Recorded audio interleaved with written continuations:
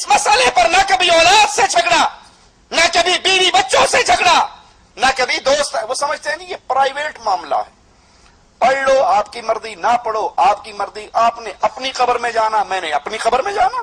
یہ شیطان کا دھوکہ. آقا علیہ الصلوۃ والسلام نے فرمایا نماز ترک کرنا شرک ہے. ابن ماجہ میں ہے لیس بین العبد والشرک الا ترک الصلاۃ، بندے اور شرک کے درمیان نماز ہے. فَإِذَا تَرَكَهَا فَقَدْ أَشْرَكَ، جس نے اس نماز کو ترک کیا اس نے شرک کیا. یاد کر لیجئے نماز کا تارک کافر ہے، مسلمان نہیں ہے. صحیح مسلم کے اندر امام الانبیاء امام اعظم محمد الرسول اللہ صلی اللہ علیہ وسلم کا یہ فرمان موجود ہے ان بین الرجل وبین الشرک والکفر ترک الصلاۃ، بندے کے درمیان اور کفر اور شرک کے درمیان نماز ہے. جو اس نماز کو ترک کر دیتا ہے وادی ایمان سے نکل کر وادی کفر میں داخل ہو جاتا ہے. ترمذی میں ہے امام الانبیاء فرماتے ہیں علیہ الصلوۃ والسلام بین الکفر والایمان ترک الصلاۃ، ایمان اور کفر کے درمیانی شے نماز کا ترک کرنا ہے. جو نماز کا تارک ہے وہ وادی ایمان سے نکل کر وادی کفر کی طرف سفر کر رہا ہے. ترمذی میں ہے امام الانبیاء نے فرمایا ہمارے درمیان اور منافقین کے درمیان جو عہد ہے وہ نماز ہے. ہمارے اور ان کے درمیان جو عہد و پیمان وہ نماز ہے.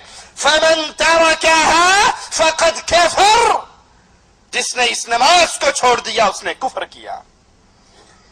جس نے اس نماز کو ترک کر دیا، جس نے اس نماز کو چھوڑ دیا، وہ کرکٹ میچ کے لیے چھوڑے، وہ فٹ بال میچ کے لیے چھوڑے، وہ ہاکی میچ کے لیے چھوڑے، وہ فلم اور ڈرامے کے لیے چھوڑے، وہ گاہک اور دکانوں کے لیے چھوڑے، وہ کھانا کھانے کے لیے کہ یہی ظہر کا نماز ہے، نماز کا وقت ہے اور یہی کھانے کا وقت ہے، بقالہ بند کر کے مسجد کی طرف قدم نہیں اٹھاتا، اپنے کمرے میں کھانا کھا کر پھر آ جاتا ہے. اور کتنے ایسے بدنصیب ہیں واللہ میں نے اپنی آنکھوں سے دیکھے جو فجر کی نماز مسجد میں پڑھنے کے لیے حاضر نہیں ہوتے لیکن نماز ہونے کے 15 منٹ کے بعد آ کر اپنی دکان کو ضرور کھول لیتے ہیں.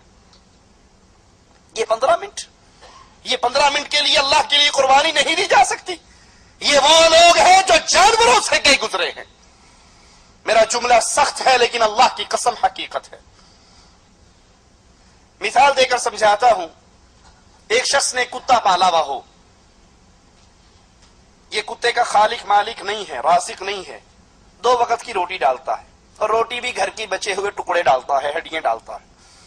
اب وہ کتا بیٹھا ہوا ہو اپنے 5-10 کتوں کے درمیان، یہ اس کا 2 وقت کی روٹی ڈالنے والا اس کے پاس سے گزرے اور اس کا نام اس نے ٹومی رکھا ہوا، کہتا ہے ٹومی.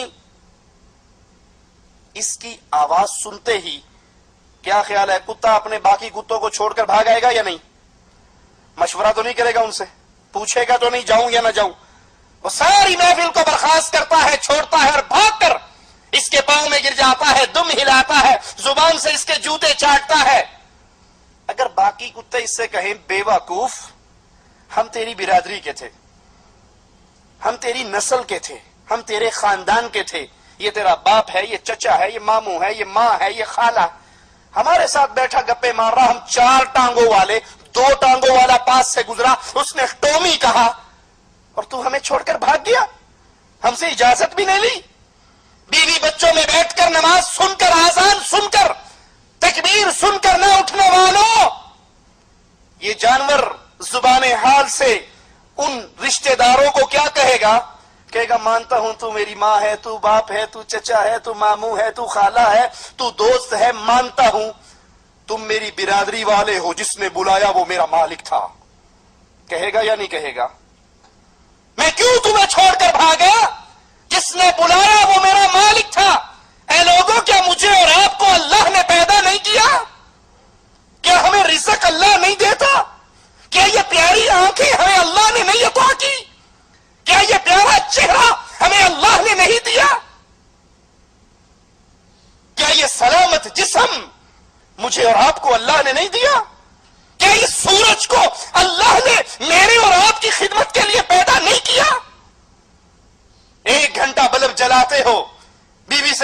یہ فضول بلب جل رہا ہے، تمہیں پتہ نہیں بجلی کا بل آئے گا، کبھی سورج کا بل بھی آیا؟ یہ اللہ کا نازل کردہ میٹھا پانی پیتے ہو، کبھی اس پانی کا بل بھی آیا؟ یہ ہوا بند ہو جائے تو ہماری زندگی ختم ہو جائے، کیا کبھی اس ہوا کا اللہ کی طرف سے بل آیا؟ یہ پوری کائنات اللہ نے آپ کے لیے پیدا کی ہے اور آپ کو اپنی عبادت کے لیے پیدا کیا ہے۔ وہ جانور 2 وقت کی روٹی ڈالنے والے کی آواز سن کر بھاگتا ہے، اس کے قدموں میں گرتا ہے، اور ہم دن میں 5 مرتبہ حی علی الصلاۃ، حی علی الفلاح، الصلاۃ خیر من النوم، یہ آوازیں سن رہے ہیں، ہمارے کانوں سے ٹکرا رہی ہیں، لیکن بہانے ہمیں بستروں سے اٹھنے نہیں دیتے، بہانے ہمیں دوستوں کی محفل کو ختم کرنے نہیں دیتے۔ یاد کر لیجئے اللہ کے رسول علیہ الصلوۃ والسلام منافقین اور مومنین کے درمیان جو عہد بیان کر رہے ہیں وہ نماز ہے، جس نے اس کو چھوڑ دیا اس نے کفر کیا۔